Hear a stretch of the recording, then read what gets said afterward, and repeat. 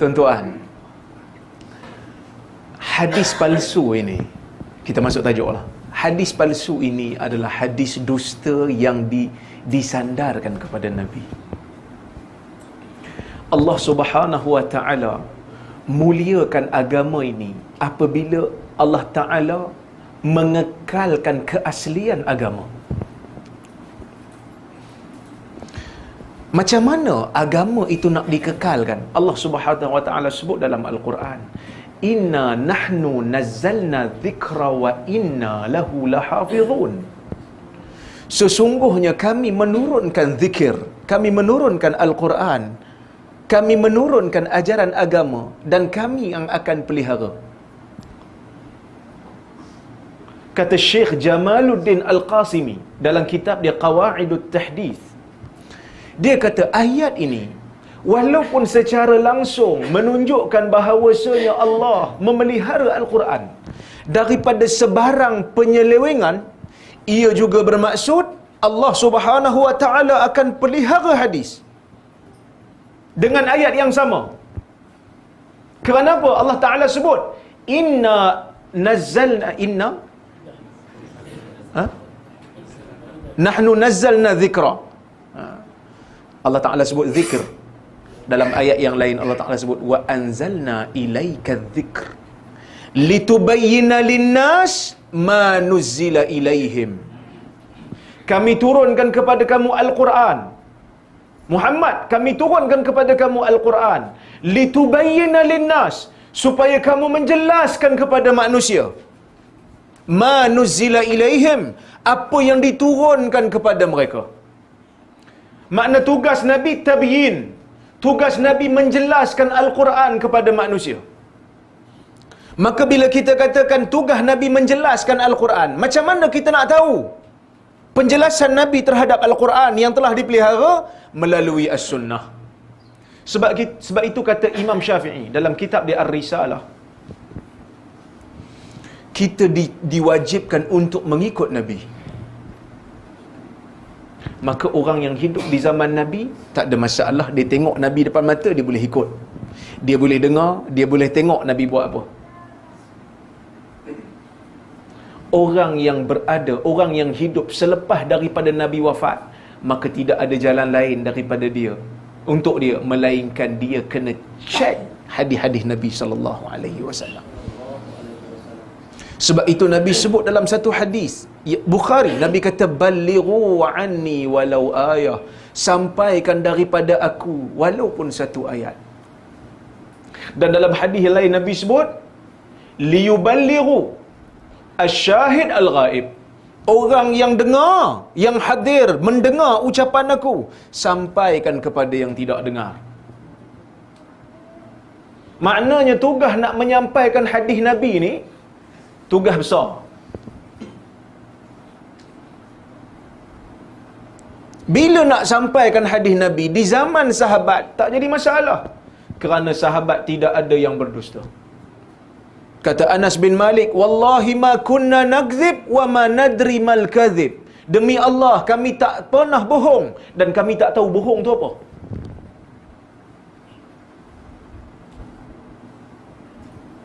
Kata Anas, kata Bara bin Azib, laisa kulluna yasma'u hadithan min Rasulillah sallallahu alaihi wasallam fa inna lana dai'ah wa ashghal walakinna an-nas lam yakunu yakdzibun yawma idzin fayuhaddithu syahid al-ghaib. Kata Bara bin Azib, bukan semua kalangan kami yang mendengar hadis daripada Nabi secara terus, kerana kami ada kebun, kami ada kerja. Tapi manusia di zaman kami tidak pernah berbohong.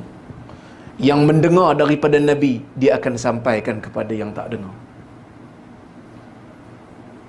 Maka selepas Nabi wafat, masuk zaman Abu Bakar, okey. Masuk zaman Umar, okey. Kalau ada pun hadis yang tidak sahih, bukan kerana dusta, tapi kerana silap. Seperti mana Ibnu Abbas tersilap dalam meriwayatkan hadis yang dia kata tazawwajan Nabi sallallahu alaihi wasallam bi Maimunah wa huwa muhrim. Nabi kahwin dengan Maimunah dalam keadaan dia berihram. Yang ni Ibn Musayyib kata Ibn Abbas silap. Bukan Ibn Abbas tipu, dia silap. Tapi Ibn Hajar kata sebenarnya Ibn Abbas ni dia ada mazhab dia sendiri. Dia antara sahabat yang kata siapa-siapa yang dah keluar daripada rumah bawa kambing, bawa binatang ternakan untuk pergi haji, dia dah kira ihram dah. Tu mazhab Ibn Abbas. Jadi dia riwayat dengan makna. Ulama takwil lagi, tapi bukan Ibn Abbas tipu. Ibn Abbas riwayat dengan makna, yang mana makna tu orang boleh salah faham.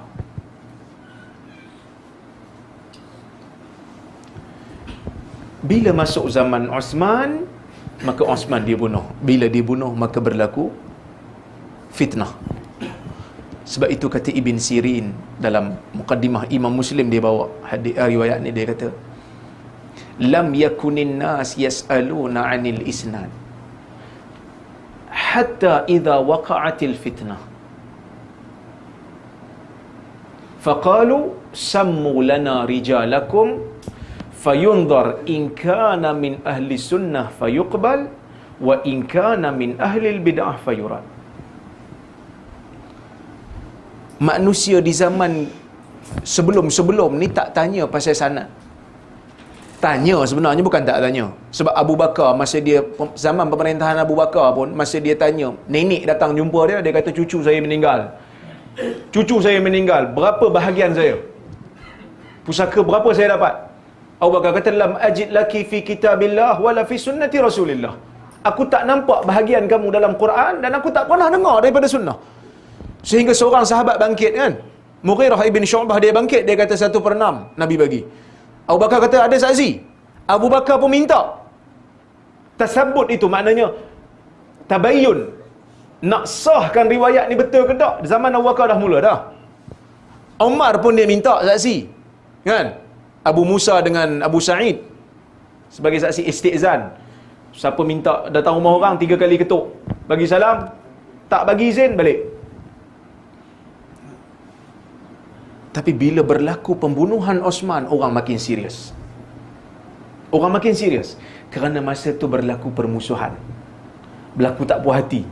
Ada yang sokong Osman, ada yang sokong Ali, ada yang sokong Aisyah, ada yang sokong Muawiyah. Jadi cara nak bagi orang ikut kita paling mudah agama. Betul? Dululah nak bagi, yalah sekarang pun sama, nak bagi barang laku agama, air RM2 jadi RM10. Zaman tu. Jadi dia tengok Quran dah ada dalam mushaf, hadis masih lagi diriwayatkan, maka dia reka hadis. Jadi di antara faktor pertama yang menyebabkan muncul hadis palsu ni, politik. Perbezaan pandangan dalam politik menyebabkan sebahagian daripada orang-orang jahil reka hadis.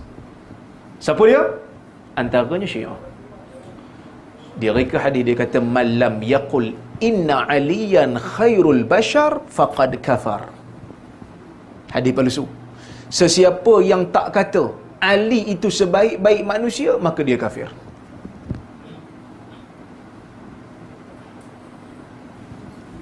Dia reka hadis. Orang yang tak suka dengan Ali ni golongan Nawasib, golongan Nasibi, anti kepada Ali, anti kepada Ahlul Bait. Dia tak puas hati, dia pun reka hadis lawan Ali.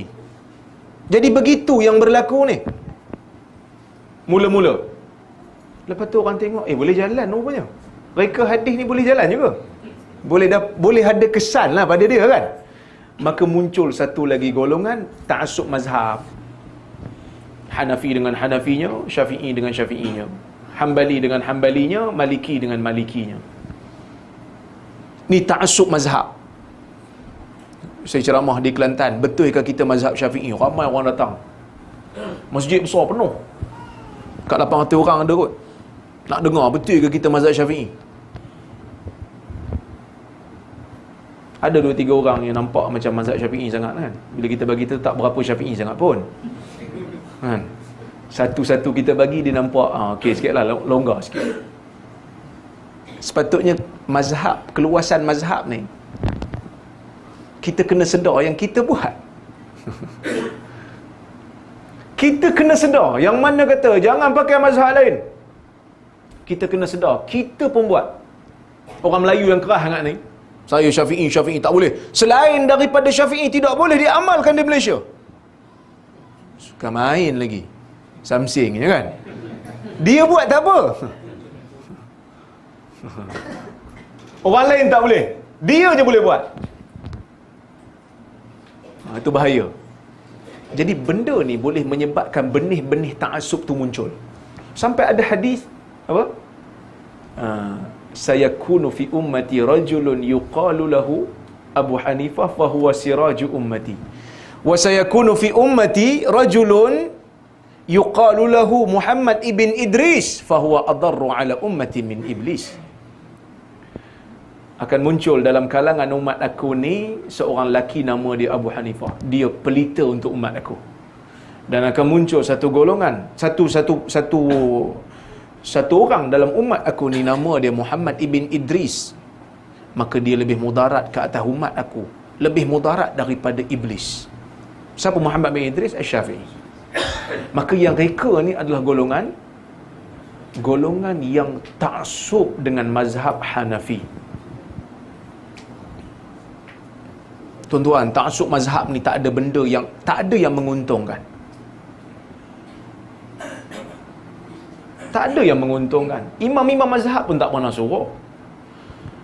Muhammad Ibnul Hasan Asy-Syaibani yang merupakan guru kepada Al-Imam Syafi'i, yang mana dia ni anak murid kanan kepada Abu Hanifah yang bermazhab Hanafi. Dia ada anak murid yang hebat namanya Asy-Syafi'i. Orang tanya dia jawab. Dia kata, in takallama ahlul hadis yauman fabilisani Syafi'i. Kalau ahli hadis satu hari bercakap, mereka akan bercakap dengan lidah Syafi'i. Dia puji anak murid dia. Tak ada pula dia kata, hang ni bila ngaji dengan aku jangan buat mazhab lain lah, ikut je mazhab ni. Tak ada. Kan? Sahabat-sahabat pun beza pendapat. Ibn Abbas dengan mazhab dia, Ibn Umar dengan mazhab dia, Ibn Mas'ud pun ada mazhab dia. Tapi tak pernah dia orang kata siapa yang belajar dengan aku, tanya soalan agama dengan aku, jangan pergi tanya orang lain lah. Tak ada. Kerana masing-masing tahu mereka sentiasa mencari kebenaran, tetapi mereka tidak pernah mendakwa diri mereka maksum.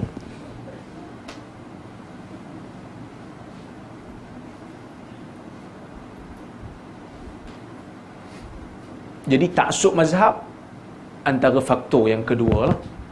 Yang ketiganya, faktor kebangsaan.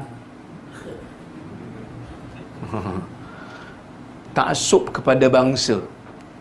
Islam suruh kita meraihkan bangsa. Allah Ta'ala cipta bangsa ni dengan bahasa yang berbeza-beza supaya kita kenal mengenali.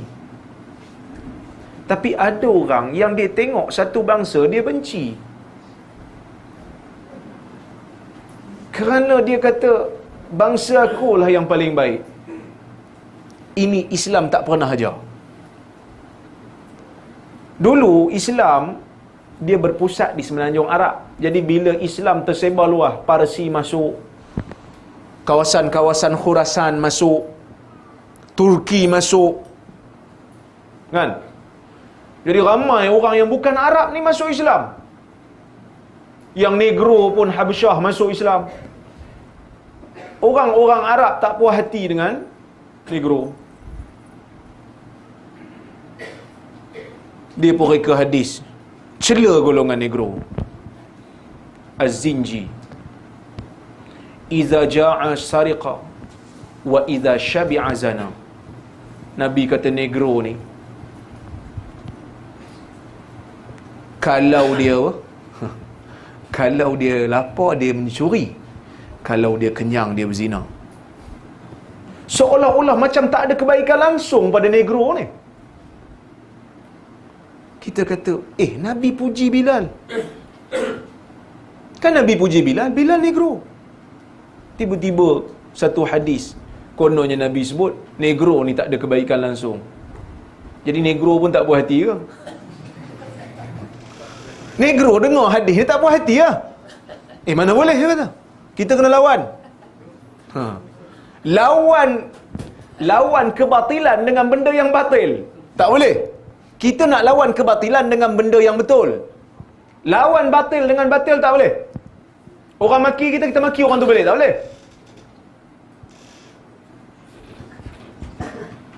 Dia lawan, dia reka hadis lain. Dia reka hadis lain.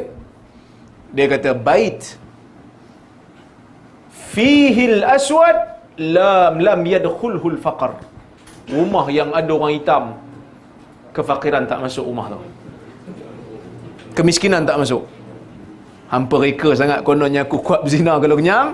Rumah yang ada orang hitam tak masuk kemiskinan. Jadi kena kahwin dengan orang hitam. Tuan-tuan, ni hadis palsu, jangan buat ni pula. Sagi ada putih tunang cari orang hitam pula je noh.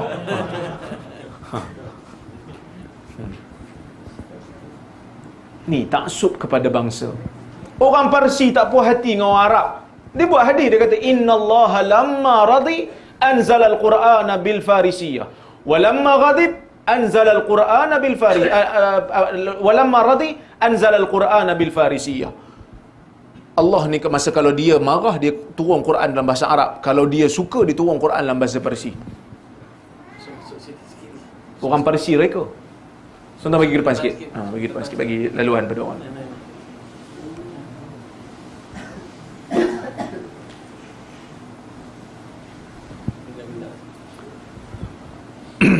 Kemudian ada lagi satu golongan yang menjadi faktor kemunculan hadis palsu ni adalah golongan-golongan sufi yang jahil. Seperti Maisarah bin Abdir Rabbuh. Dia reka banyak hadis. Orang tanya dia pasal apa hang reka hadis banyak-banyak ni? Dia kata wada'tuha uraghibun nasa biha. Aku reka hadis ni sebab aku nak ajak manusia supaya ibadat dengan hadis palsu. Niat dia baik lah, tapi cara tak kena. Seperti Nuh ibn Abi Maryam yang reka hadis, suruh orang galak orang baca Quran. Baguslah tu, tapi cara tak kena. Ada lagi golongan zindiq, orang yang menyembunyikan kekufuran, nak rosakkan Islam daripada dalam, reka hadis. Abdul Karim ibn Abi Auja, dia ni zindiq. Dia mengaku, dia kata wada'tu lakum 4,000 hadis uharrimu bihal halal wa uhillu bihal haram. Aku reka 4,000 hadis yang mana dengan 4,000 ni aku menghalalkan benda yang Allah haramkan dan aku mengharamkan benda yang Allah halalkan. 4,000. Tapi ulama hadis dapat kesan. Sebab apa ayat Quran tadi ni? Allah Ta'ala kata dia akan jaga agama ni. Dan faktor yang seterusnya, golongan qusas. Golongan-golongan penceramah yang tarik perhatian orang dengan ceramah dia. Maka orang nak dengar satu benda yang pelik dan ajaib. Ini sifat manusia. Kalau setakat baca hadis Bukhari dan Muslim, tak berapa nak ajaib, orang nak dengar. Dia bawa mari cerita-cerita yang pelik. Maka bila pelik cerita, orang kata kena panggil ustaz ni, ilmu dia lain. Orang lain tak dapat macam ni punya. Kan? Kita mau yang ni lah, yang lain sikit. Yang biasa-biasa ni tak mau. Golongan ni zaman A'mash dah muncul dah. Zaman tabi'in dah muncul dah. Yang mana mereka mencari makan dengan ceramah mereka. Maka bila ceramah ada orang sedap, masing-masing duk keluar duit lah. Basking dengan hadis. Basking tau. Hari ni orang basking main gitar kan, orang letak duit. Dulu basking dengan hadis. Baca hadis pelik, lagi tebal sampai dia bagi, lagi glamour dia. Dan ada orang yang reka hadis palsu sebab nak, dalam bahasa yang lembut sikit, nak mengampu pemerintah. Tuan-tuan, carilah mana-mana kerajaan dalam dunia ni, melainkan orang agama akan diberi peranan untuk menarik sokongan masyarakat. Ma'mun pun ada dia punya alim, Ahmad bin Abi Du'ad kan, Mu'tazili, yang menjadi ulama dalam mazhab Mu'tazilah. Ulama-ulama yang jahat ni sentiasa ada mengampu pemerintah.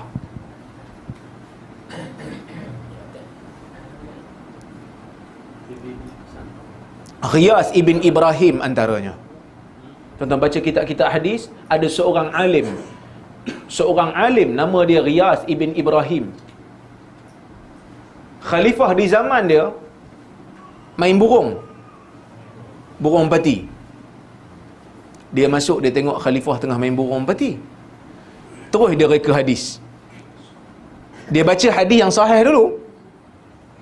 La sabqa illa fi khuffin au hafirin au nuslin au janahin. Dia tambah satu perkataan. Nabi kata tidak ada pertandingan melainkan pertandingan unta lawan lumba unta, ataupun lumba kuda, ataupun memanah, ataupun main burung. Yang tu dia tambah. Jadi raja dengar, raja suka. Adalah hadis kan.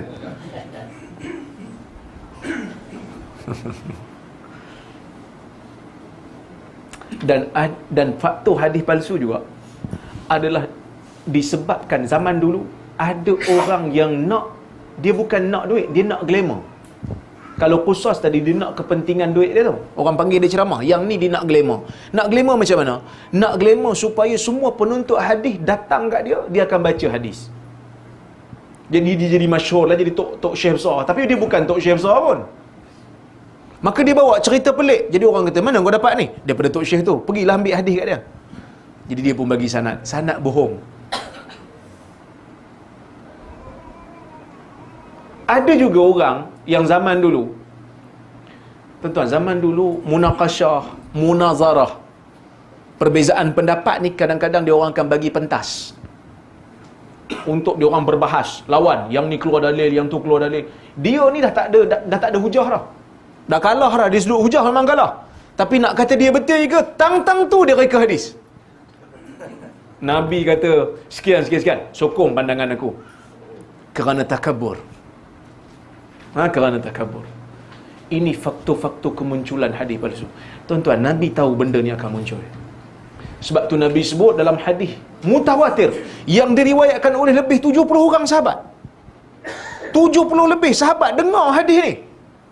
Nabi kata apa? Man kadzaba alayya muta'ammidan falyatabawwa maq'adahu minan nar. Dalam riwayat yang lain Nabi sebut, inna kadhiban alayya laysa kakadhibin ala ahad. Fa innahu man kadzaba alayya muta'ammidan falyatabawwa maq'adahu minan nar. Dusta atas nama aku tak sama macam dusta atas nama orang lain. Siapa dusta atas nama aku, tunggu tempat kat neraka.